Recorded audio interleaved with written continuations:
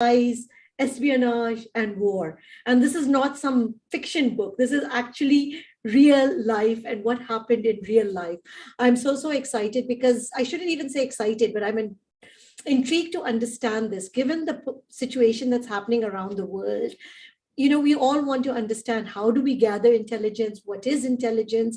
How do we know about what's happening in the world? So today I'm live with Anusha Nandakumar, and we're going to talk about her new book, The War That Made R&AW. It's an unusual book that it is the first book that exhaustively talks about the intelligence agency that is now integral to the safety of India.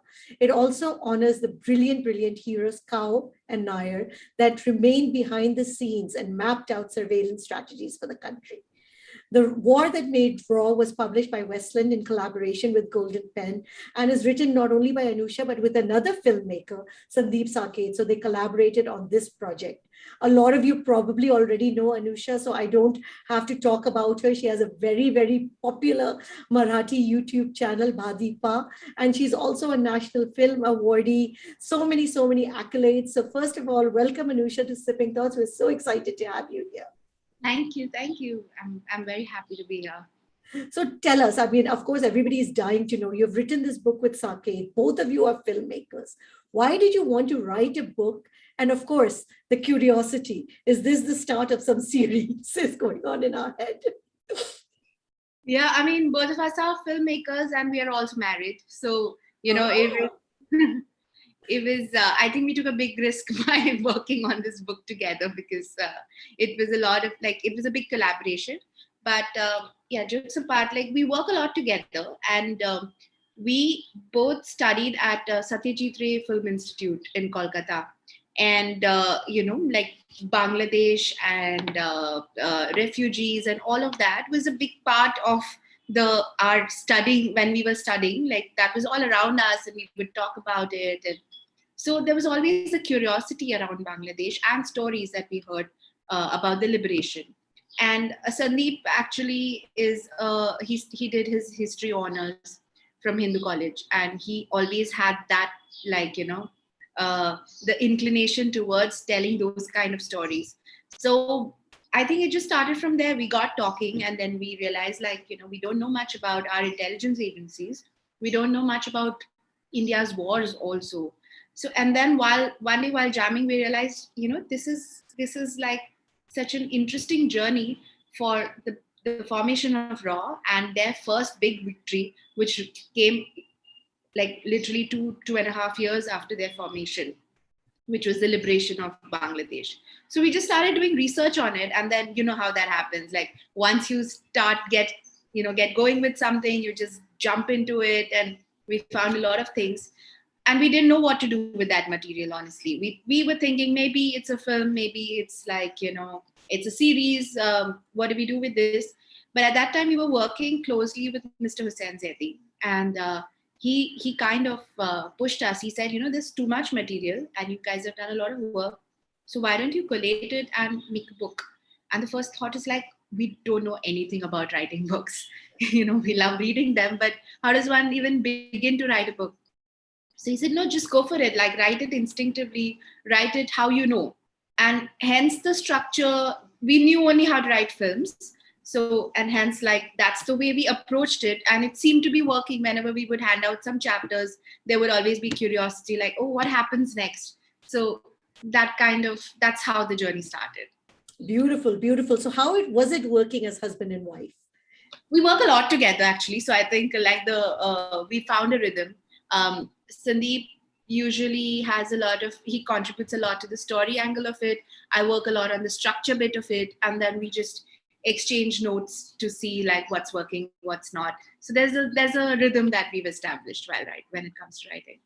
But now let's come to our obsession with spies, from James Bond to our own Akshay Kumar and Bell Bottom, Salman Khan, Ek Tha Tiger, Manoj Vajpayee, Family Man. We have an image of a spy in our mind. And from what I read in your book, it's very far from reality. So tell us a little bit more about these real life spies and the ones that we see in films. At least all the real life spies that we met and interviewed, they are a far cry from what we They're more like Manoj Bajpayee, boring family man. yeah, they're more like Manoj Bajpayee. Probably, I mean, the family knows what they do, but they don't. That's all they know, and that's the extent of what they know. They live like really simple lives, and for many years you might not even know that there's somebody who's a raw agent in your immediate family, because everybody has a front. You're very cautious with the information you share, and I mean, we personally haven't met really dashing, good-looking spies. I don't know. So we haven't really met like an Akshay Kumar or John Abraham, but it's definitely not like what's in the story in the films. But that's also the fun of making films larger than life. So that's the cinematic liberty that one takes. But there was something that was very spy-like that I thought, especially in your book, was the appearance of Leila. She was very, very much like out of a James Bond movie. At least that part I felt was very much like, oh, wow, very inclined towards how you read a spy novel. Yeah, and I think we just got lucky because Leila happened to be in the history, and she happened to be in the world. But apart from that, all the other instances have mostly been strategies that they developed, or how they came together, what was the formation, how do you use your foot soldiers. So that's been the more exciting part, and I'm sure there's always like a Leila in every story and in every historical anecdote, and we found one, and we found ours in this. No, you definitely, and Sandeep, definitely seem very, very inspired by Kao and Nair, as is evident, because you say the Oxford Dictionary defines a hero as a person who is admired for their courage, outstanding achievements, and noble qualities. There can be no doubt that Kao, in the truest sense of the word, was a hero. Tell us about this man who created Raw. Oh, when we started researching about what kind of a person Mr. Kao was, there was very little to begin with, because even on the internet in this time and age, you find very few photographs of him. He completely liked to be under the radar. He operated from the shadows. But anybody who spoke about him so fondly, and they spoke about what a great spy master he was, so. And the other thing that they always said was he was such a warm, soft spoken, gentle spy, which really captivated our attention. Like, how can you be such a non flamboyant spy? And he was also so for the lack of a better word, intelligent, or like he was a visionary, because he's the one who kind of incepted the idea of Raw to Mrs. Gandhi as well. And she was like brave enough to take it up. And so he could see a future for India and India's espionage world. So I think we got really inspired by that. And then we came to know about Mr. Nair, and we were told that they were completely opposite. And they were like chalk and cheese, and where Mr. Kao was gentle and soft-spoken, Mr. Nair was very outspoken, he was brash, and he would call a spade a spade. So we thought these two characters, they already captivated our attention, and it felt like almost like a buddy cop kind of of a jodi. So that's how we felt like they become our protagonists for the book. Now tell us, because we had the Intelligence Bureau, and for the uninitiated, why did we even need Raw? Why did India need Raw? So we had the IB, and the IB was doing a fairly good job, or that's what everybody was thinking, till the 1962 and the 1965 wars happened. And because the IB was primarily operating in gathering internal intelligence, we were at that point, India was relying at the CIA, the Mossad, etc., for the external intelligence. And CIA, Mossad, everybody had their own affiliations with other nations, So the information that would come through was probably not enough or not reliable. And India realized that when the 1962 war happened, where it was like we were just caught by surprise. And even the 65 war, even though we won that war, it was literally like when Pakistan was at our doorstep that we realized like, oh wow, we have to get into a war. So those two things, 65 especially, was like a wake up call. And there was a committee that was put together to analyze the failures of of the war and of the IB. And that's when we realized like just one internal agency would not be able to do this. And Mrs. Gandhi also analyzed and saw that across the world there are different agencies that do an internal gathering and an external intelligence gathering. And that's when she thought like, okay, this is the right time for us to assert ourselves and have our own intelligence gathering. And that's when the RAW came into play. Now, I love it when you said this in your book, RAW. What kind of name is that? Because even Nair was incredulous. Kao corrected him. It is RAW, Research and Analysis Wing. Actually, why such a boring name? Because, he just kind of put it very exact. We have also been very curious about this. I don't think we have an exact answer. We've tried to answer it in our book because all the people we asked, I think all the RAW agents now, they hadn't even thought about this question. So when we asked them, they took a moment and they would laugh out loud and they say that, yeah, God knows why would they keep such a name? Like, it's so boring. And I guess that's where the answer lies. They wanted to be projected as boring because it was, Mrs. Gandhi had just come into power and this was one of the biggest decisions she had taken right after, becoming prime minister. So I think it was supposed to be a front. They wanted it to be not known as a intelligence agency. They thought like, we'll project ourselves as an arm of the government that does some boring desk job, like that kind of work. And then we'll get away with it. And I guess they did. So it was only after the war and when they won it, that's when people realized like, oh, RAW is bigger than just a boring desk job. Before we get into intelligence and the need for it today, please tell us about how intelligence, especially in the Bangladesh war, helped us win the war. And I know it's very hard to take all your pages into such a very simple question. Yeah, I mean, I guess when RAW was formed, the first, I guess one of the first tenets of intelligence gathering is keeping an eye on your neighbors. And RAW had formed and they knew that there was a language uprising that was happening in East Pakistan at that point, Bangladesh. So they had their eye on that and they were seeing that, Sheikh Mujibur Rahman was an upcoming politician over there. So they were trying to make inroads there. Then they knew that in Pakistan, there's been like a change of power happening. They would need to consolidate both their parts. So in the midst of all of this, RAW started doing their own operations. They started sending their foot soldiers. They started doing intelligence gathering. And while doing this, they could see East and West Pakistan slowly crumbling. And they knew that it was going to be inevitable.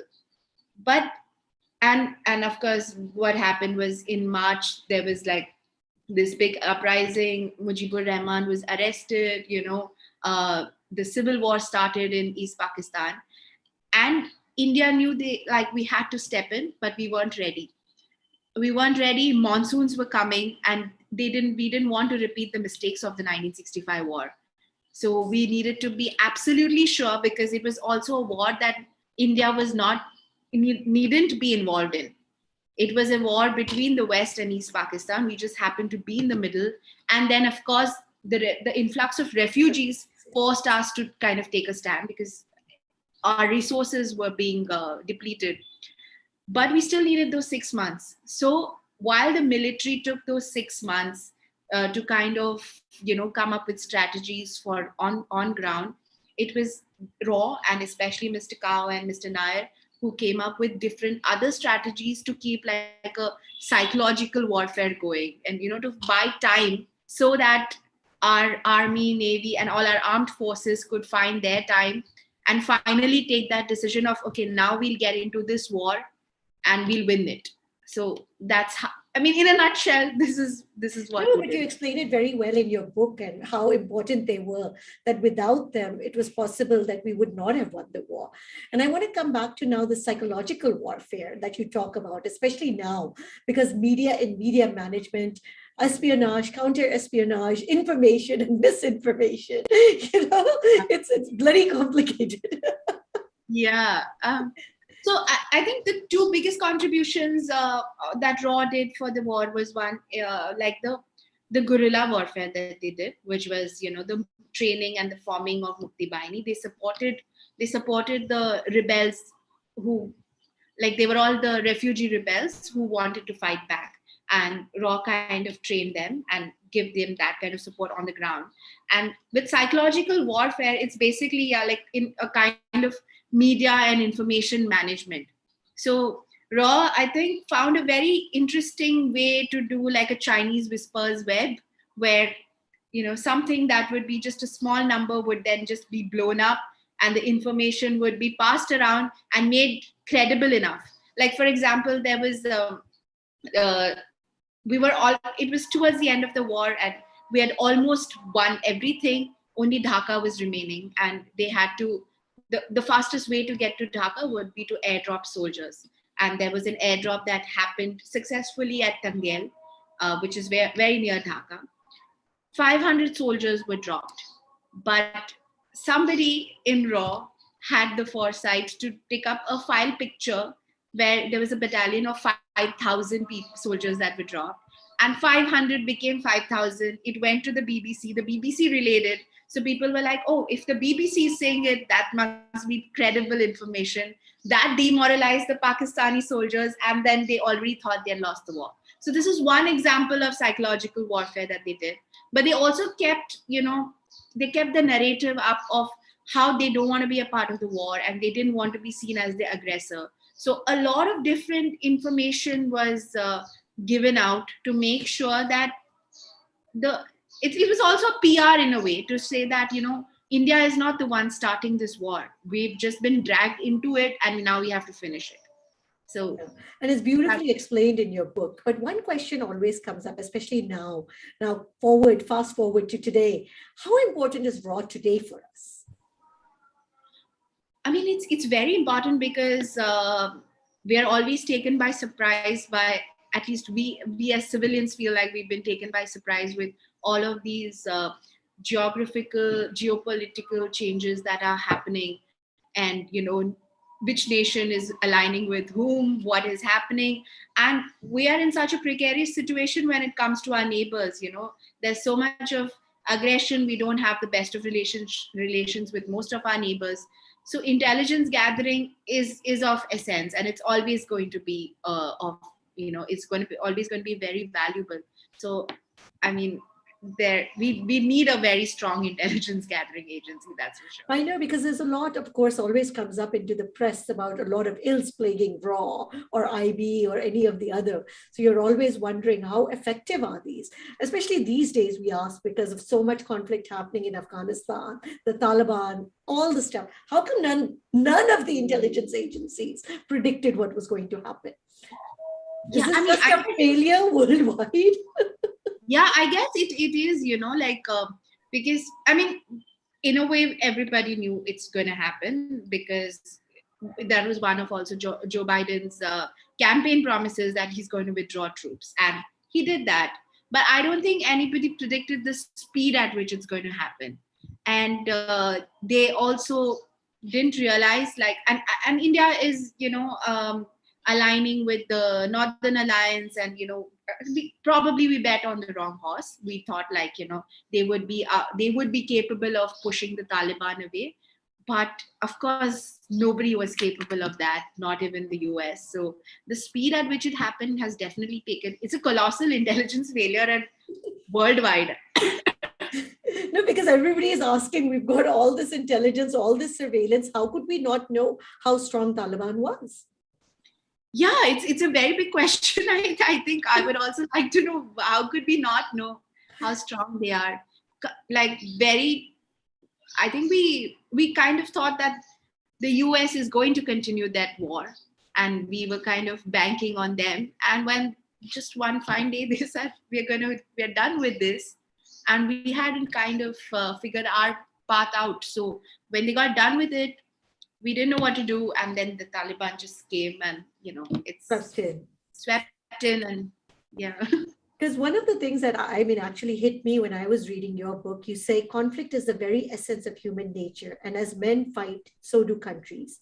The greatest power that one country can wield over another is sensitive information, which is why espionage is an old age tradition. Do you feel that that is true today?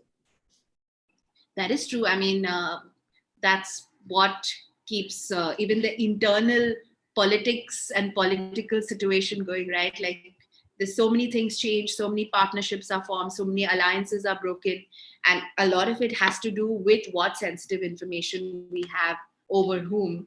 And I guess from Chanakya's time, this has been part of even how kingdoms are ruled. So I'm guessing it's just that same thing of intelligence gathering that has changed form now. We have better equipment, better technology, but the information is the most valuable thing, and we can use that to wield our power over lot many countries. So yeah, this is what it is. Like truce, to come to a stage of to come to some kind of truce, also we need information. So Yeah. So, what was your one big takeaway after all this research and writing the book? What was your big learning? The one thing you'd like people to know? I think one big thing was that this has been kind of our contribution to history, because we feel like there's not enough said in popular culture about Indian wars, especially, especially America and even a lot of European countries. They talk a lot about their wars, their failures, their achievements, so that it becomes a cautionary tale for the future. And we hoped that in this small way we could kind of put it out there and make a book that's relevant and accessible to all age groups, so that you at least feel the curiosity to know more, or if not, at least understand that 50 years ago this is what happened, this is where we started. So No, it's that very beautifully written, and it's like I said, very powerfully told the story. At least you understand a lot about what is intelligence and why it's so important, how it's done, and how actually true spies behave. But would love to know what's next for you also. so as part of my YouTube channel, there's a lot of content that we create every day that keeps going on. We are also, we've turned producers now, so we're doing some long form fiction work on for OTTs. We've written a show that's getting into production with that Rohit Shetty is going to be directing. So like a lot of writing and fiction, like content creation, I guess. And we hope we'll get to see this also in some kind of a visual Hope format to. also. We hope to. We hope to. We are also hoping to find the time to write a second part of the book where we can continue the journey of Mr. Kao and Mr. Nair. Well, thank you so much, Anusha. That was excellent. At least for me, somebody who did not know much, it gave me at least one insight into intelligence and just exactly what is raw, what does it do, and how it works. Thank you. Thank you so much.